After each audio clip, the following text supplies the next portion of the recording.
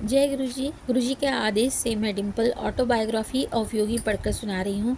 जैसा गुरु जी कहते हैं, पढ़ने वाले का भी भला होता है, सुनने वाले का भी आशीर्वाद मिलता है।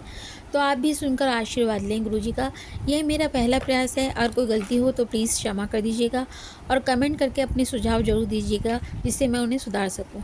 और अच्छा लगे तो लाइक भी कर दीजिएगा। जय गुरु जी। जय गुरु जी। अब हम योगानंद जी महाराज का योग कथामृत का तीसरा अध्याय पढ़ रहे हैं। द्विशरीरी संत। पिताजी, यदि मैं बिना किसी दबाव के घर लौटने का वचन दूं तो क्या दर्शन यात्रा के लिए बनारस जा सकता हूं? मेरी यात्रा प्रेम में पिताजी शायद ही कभी बाधा बनते हों, क्योंकि उनको शुरू से बहुत शौक था कि यात्रा करना, एक जगह से दूसरी जगह न जाना उनको बहुत पसंद था। मेरी किशोरावस्था में भी अनेक शहरों और तीर्थस्थलों की यात्रा करने की अनुमति वे मुझे देते थे। साधारणतः मेरे साथ मेरे एक या अधिक मित्र होते थे। पिताजी द्वारा प्रथम श्रेणी के पासों पर हम लोग आराम पूर्वक यात्रा करते थे। हमारे परिवार के खानाबदोश लोगों के लिए पिताजी का रेलवे अधिकारी का पद पूर्णतः संतोषप्रद था। पिताजी ने मेरे अनुरोध पर यथोचित विचार करने का वचन दिया। दूसरे दिन मुझे अपने पास बुलाकर उन्होंने बरेली से बनारस जाने आने का एक पास, 1 रुपये के कुछ नोट और 2 पत्र देते हुए कहा, मुझे बनारस के अपने मित्र केदारनाथ बाबू को एक कार्य के विषय में कुछ प्रस्ताव भेजना है। दुर्भाग्यवश उनके पति का कागज मैंने कहीं खो दिया है, परंतु मुझे विश्वास है कि तुम दोनों के मित्र स्वामी हम दोनों के जो मित्र हैं स्वामी प्रणवानंद जी की सहायता से तुम यह पत्र उन तक पहुंचा दोगे। स्वामी जी मेरे गुरु भाई हैं। उन्होंने अति उन्नत आध्यात्मिक अवस्था प्राप्त कर ली है। उनके संग में तुम्हें भी लाभ होगा। यह दूसरा पत्र उन्हें तुम्हारा परिचय देगा। उन्होंने 2 लेटर उनको पकड़ाए और कहा कि एक में तो वो लेटर था जो अपने वो फ्रेंड केदारनाथ के लिए दिया था उन्होंने, और दूसरा वो कि जो कि उनके जो दूसरे एक और मित्र थे वो उनके गुरु भाई भी थे, तो आप उन्हें देंगे तो वो वहाँ तक पहुँचा देंगे। साथ में ये कहते पिताजी की आंखें चमक उठी, याद रखो आप फिर कभी घर से नहीं भागना। संजय अपने 12 वर्ष की आयु के उल्लास के उत्साह के साथ मैं निकल पड़ा। यद्यपि समय में नमी बनारस पहुंचते ही मैं सीधे स्वामी जी के निवास स्थान की ओर चल पड़ा। सामने का द्वार खुला था। मैं दूसरी मंजिल पर स्थित एक लंबे हॉलनुमा कमरे में जा पहुंचा। फर्श में कुछ ऊंची उठी हुई एक चौकी पर एक स्थूलकाय व्यक्ति केवल एक अधोवस्त्र धारण किए हुए पद्मासन में बैठे हुए थे। उनके होठों पर शांत सुंदर मुस्कान खेल रही थी। मेरे अवांछित प्रवेश में संकोच को दूर करने के लिए किसी चिर परिचित मित्र की भांति उन्होंने मेरा स्वागत किया। बाबा आनंद, बाल सुलभ आवाज़ में मैंने इन शब्दों के साथ मेरा हृदय से हार्दिक स्वागत किया। मैंने घुटने टेक कर उनका चरण स्पर्श किया। क्या आप ही स्वामी प्रणवानंद जी हैं? उन्होंने हाँ में सिर हिलाया। तुम भगवती के बेटे हो? इसमें पहले कि मुझे अपनी जेब से पिताजी का पत्र निकालने का अवसर भी मिल पाता, उनके शब्द निकल चुके थे। आश्चर्यचकित होकर मैंने पिताजी का उनके लिए दिया हुआ अपना परिचय पत्र निकालकर उनके हाथ में दे दिया। वो हैरान थे कि मैंने तो उन्हें बताया नहीं और उन्होंने मुझे कभी पहले देखा नहीं, तो उन्हें कैसे पता चला कि मैं भगवती का पुत्र। और उस टाइम पे तो कोई फ़ोन भी नहीं होते थे, जब अब निरर्थक जान पड़ता था। तुम्हारे लिए केदारनाथ बाबू को मैं अवश्य ढूंढ निकालूंगा, उन्होंने उससे बोला। संत ने पुनः एक बार अपनी अतीन्द्रिय दृष्टि से मुझसे विस्मित कर दिया। तत्पश्चात उन्होंने पत्र पर एक दृष्टि डाली और मेरे पिताजी के संबंध में कुछ स्नेह भरे उदार व्यक्त किए। देखो, मुझे 2 पेंशनें मिलती हैं। एक तुम्हारे पिताजी की सिफारिश से, जिनके अधीन मैं रेलवे कार्यालय में काम करता था। दूसरे मेरे परम पिता के अनुग्रह से, जिनके लिए मैंने अपने जीवन में सांसारिक कर्तव्यों का अंतः प्रेरणा के अनुसार अपना सर्वोत्तम प्रयास करके पूर्ण कर दिया था। मुझे ये कथन कुछ अत्यंत गूढ़ लगा। परम पिता, मैं आपके कैसी पेंशन मिलती है? परम पिता से आपको कैसी पेंशन मिलती है? स्वामी जी, वे क्या धन आपकी गोद में डाल देते हैं? वो सोचने लगे कि छोटी 12 वर्ष की आयु थी उनकी, तो वे सोचने लगे कि कह रहे परम पिता से मिलती है और एक तुम्हारे मतलब एक रेलवे के में जहाँ वो काम करते थे वहाँ से पेंशन मिलती है। ऐसा कैसे होता है? भगवान आपकी झोली में डालते हैं क्या? ये सोचने लगे।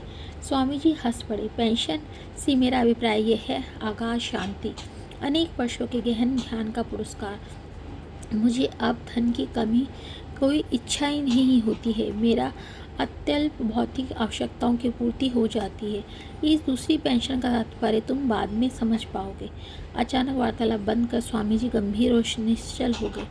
किसी रहस्यमय भाव ने उन्हें आकृत कर लिया। प्रारंभ में तो उनकी आंखें चमक उठी, जैसे किसी आकर्षक वस्तु को देख रही हों।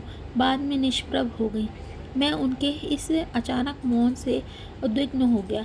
उन्होंने अभी तक मुझे यह नहीं बताया था कि मैं अपने पिताजी के मित्र से कैसे मिल सकूँगा। तनिक बेचैन होकर मैंने उस खाली कमरे में दृष्टि दौड़ाई, जिसमें हम दोनों के अतिरिक्त और कुछ भी नहीं था। जिस चौकी पर वे बैठे थे, उसके नीचे रखी उनकी काठ की खड़ाऊ पर मेरी दृष्टि पड़ी। दोनों छोटे महाशय, चिंता मत करो, जिनसे तुम मिलना चाहते हो वे आधे घंटे में यहाँ पहुँच जाएंगे। योगेश्वर मेरे मन को पढ़ रहे थे। उस समय यह कोई बात बड़ी भी नहीं लग रही थी। उन्होंने पुनः गहन मौन धारण कर लिया। जब मेरी घड़ी से मुझे पता चला कि 30 मिनट बीत चुके हैं, तब स्वामी जी ने स्वयं ही उठ गए। लगता है केदारनाथ बाबू दरवाजे के निकट पहुंच गए, उन्होंने कहा। मैंने सीढ़ियों से किसी के ऊपर चढ़ने की आहट सुनी। विस्मित अबोधता से मैं अचानक डूब गया। असमंजस में मेरे विचार दौड़ने लगे। बिना किसी संदेश वाहक के उपयोग किए पिताजी के मित्र को यहाँ बुलाना कैसे संभव हो सकता है। मेरे यहाँ आने के बाद स्वामी जी ने तो मेरे अतिरिक्त किसी से बात भी नहीं कही है। मैं चुपचाप उठकर कमरे से बाहर आ गया और सीढ़ियाँ उतरने लगा। आधे रास्ते में ही मध्यम कद के एक दुबले पतले गौर वर्ण व्यक्ति से मेरी भेंट हुई। वे किसी जल्दी में लग रहे थे। क्या आप केदारनाथ बाबू हैं? मेरी आवाज़ में उत्तेजना स्पष्ट थी। हाँ, और तुम भगवती के बेटे हो ना, जो मुझसे मिलने के लिए यहाँ प्रतीक्षा कर रहे हो? मैं मित्रतापूर्ण ढंग से मुस्कुराए। महाशय, पर आप यहाँ कैसे आए? उनकी अबोध्य उपस्थिति से मुझे विस्मयकारी रोष का अनुभव हुआ। हाँ, सब कुछ रहस्यमय लग रहा है। 1 घंटे से मैं भी कम समय पहले मैंने गंगा स्नान समाप्त किया ही था कि स्वामी प्रणवानंद जी मेरे पास पहुंच गए। मैं सोच भी नहीं सकता कि उन्हें कैसे पता चला कि मैं इस समय यहाँ हूँ। भगवती का बेटा मेरे घर में तुम्हारी प्रतीक्षा कर रहा है, उन्होंने कहा। क्या तुम मेरे साथ चलोगे? मैं खुशी से तैयार हो गया। हम लोग हाथ में हाथ डालकर चलने लगे, किंतु खड़ाऊ पहनने के बावजूद भी स्वामी जी आचार्य ढंग से मुझे पीछे छोड़कर आगे निकल आए। हालांकि मैं मजबूत जूते पहने हुए थे, फिर भी प्रणवानंद जी ने अकस्मात रुककर मुझसे पूछा, मेरे घर पहुंचने में तुम्हें कितना समय लगेगा? लगभग आधा घंटा। मुझे अभी कुछ और काम है। उन्होंने एक रहस्यमय दृष्टि मुझ पर डाली। अब मुझे तुम्हें पीछे छोड़कर जाना होगा। तुम सीधे मेरे घर पहुंच जाओ, जहां मैं और भगवती का बेटा तुम्हारी प्रतीक्षा कर रहे हैं। मैं उनसे कुछ कह सकूं उससे पहले ही वे तेज़ी से मेरे पास से निकल गए और मैं भीड़ में अदृश्य हो गया। मैं जितना तेज चल सकता था उतना तेज चलकर यहाँ पहुँचा। केदारनाथ बाबू के इस कथन से मैं और भी हतबुद्धि हो गया। मैंने उनसे पूछा कि वे स्वामी जी को कब से जानते हैं। पिछले वर्ष तो हमारी कुछ मुलाकात हुई थी, पर हाल में कभी भेंट नहीं हुई है। आज पुणे स्नान घाट पर उनसे मिलकर मुझे बहुत खुशी हुई। मुझे अपने कानों पर विश्वास नहीं हुआ। मेरा दिमाग तो नहीं फिर रहा है। क्या आप उनसे मन दृष्टि से मिले थे या वास्तव में देखा था?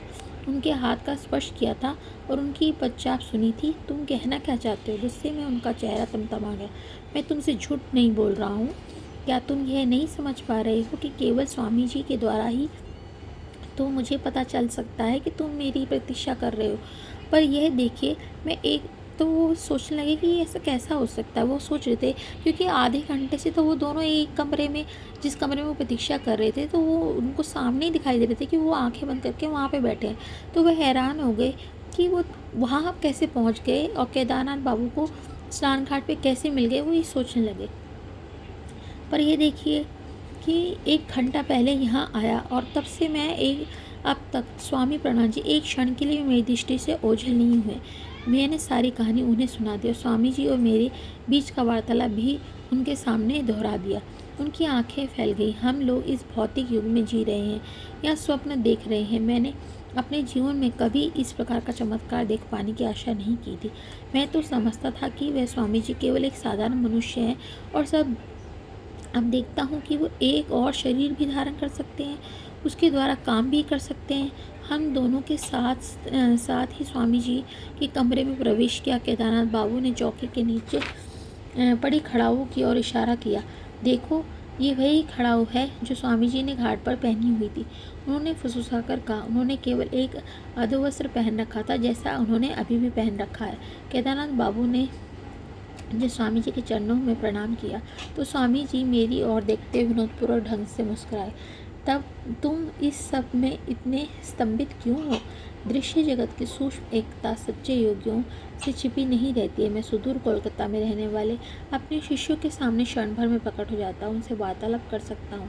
वे भी इसी तरह स्थूल जगत की प्रत्येक बाधा को अपनी इच्छा अनुसार पार कर सकते हैं। शायद मेरे बाल हृदय में आध्यात्मिक उत्साह जगाने के उद्देश्य से स्वामी जी अपने दूर श्रवण और दूरदर्शन के युगबल के बारे में मुझे बताने के लिए राजी हुए थे, परंतु उत्साह के बदले मुझे विस्मय युक्त भय का अनुभव हुआ, क्योंकि छोटी सी उम्र में वो डर रहे थे कि ऐसा कैसा हो सकता है कि एक ही व्यक्ति जो है, जो उनके सामने उन्हें दिख रहा है, वो दूसरी जगह पे भी दूसरे बंदे से बात भी कर रहा है और उनको दर्शन भी दे रहा है। वो भी उन्हें देख सकते हैं, छू सकते हैं, और मैं भी उन्हें देख रहा हूँ और सोच रहा हूँ। तो वो किस टाइम पे ऐसा कैसे हो सकता है कि एक ही व्यक्ति दो जगह पे एक ही वक्त में कैसे दिखाई दे?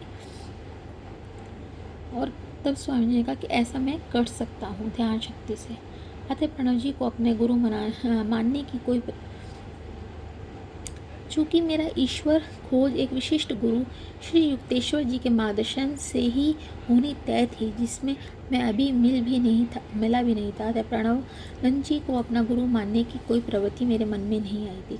मैंने यह सोचते हुए उनकी ओर सशंकित मन से देखा कि मेरे सामने बैठे हुए वे स्वयं ही थे या उनका प्रतिरूप था। स्वामी जी ने मेरी और आत्मज्ञानोदय कराने वाली दृष्टि से देखते हुए तथा अपने गुरु महाराज के विषय में कुछ प्रेरणादायक बताते हुए मेरी अशांति दूर करने की चेष्टा की। जितने योगियों को मैं जानता हूँ, उस सब में लाहिड़ी महाशय सबसे महान योगी थे। वे नरदेह में साक्षात ईश्वर थे। मैंने मन ही मन सोचा कि जब शिष्य भी इच्छा मात्र से एक और रक्त मांस का शरीर ध्यान कर सकता है, तब उसके गुरु के लिए कौन सा चमत्कार करना असंभव होगा। गुरु की सहायता कितनी अमूल्य होती है, यह सुनो। मैं गुरुदेव के एक अन्य शिष्य के साथ नित्य रात को 8 घंटे ध्यान किया करता था। दिन में हम दोनों रेलवे कार्यालयों में काम करते थे। क्लर्क के कार्यनिर्वाह में कठिनाइयाँ होते देखकर पूरा समय ईश्वर चिंतन में लगाने की मेरी इच्छा हुई। 8 वर्ष तक आधी रात ध्यान में बिताता था। इस साधना के अद्भुत परिणाम मुझे प्राप्त होते थे। गहरी आध्यात्मिक अनुभूतियों से मन में ज्ञान का प्रकाश फैलता, परंतु उस अनंत परमात्मा और मेरे बीच सदैव एक जीना पर्दा बना रहता था। अति मानवीय एकाग्रता और निष्ठा के साथ प्रयास करते रहने पर भी मैंने पाया कि परम निर्विघ्न एकात्मा में मैं वंचित हूँ। एक दिन सायंकाल में लाहिड़ी महाशयों की सेवा में उपस्थित हुआ। मध्याह्न के लिए मैंने उनसे प्रार्थना की। हठपूर्वक सारी रात में उनके आग्रह करता रहा। करुणा सा गुरुदेव, मेरी आत्मा इतनी तड़प रही है कि मैं उस प्राण प्रिय परम प्रेमी के प्रत्यक्ष दर्शन बिना अब जीवित नहीं रह सकता। तो मैं क्या कर सकता हूँ? तुम्हें अधिक गहराई में ध्यान करना पड़ेगा। मैं आपसे प्रार्थना करता हूँ, हे प्रभु मेरे स्वामी, मैं आपको अपने समक्ष इस भौतिक शरीर में प्रकट देख रहा हूँ। मुझे आशीर्वाद दीजिए कि मैं आपके अनंत स्वरूप को मैं अपने स्वरूप को मैं दर्शन कर पाऊँ। लाहिड़ी महाशय ने आशीर्वाद मुद्रा में हाथ उठाते हुए कहा, तुम अब जाकर ध्यान करो। मैंने तुम्हारे लिए भ्रम से प्रार्थना कर दी है। अपरिमित आनंद में लुसित होकर मैं घर लौटा। उस रात ध्यान में मुझे अपने जीवन के ज्वलंत चरम लक्ष्य की प्राप्ति हो गई। अब मुझे निरंतर ये आध्यात्मिक पेंशन मिल रही है। उस दिन से फिर कभी यह आनंदपूर्ण स्पष्टता माया के किसी पर्दे के पीछे छिपकर मेरी दृष्टि में ओझल नहीं हुआ है। प्रणवानंद जी का मुखमंडल दिव्य तेज से चमक रहा था।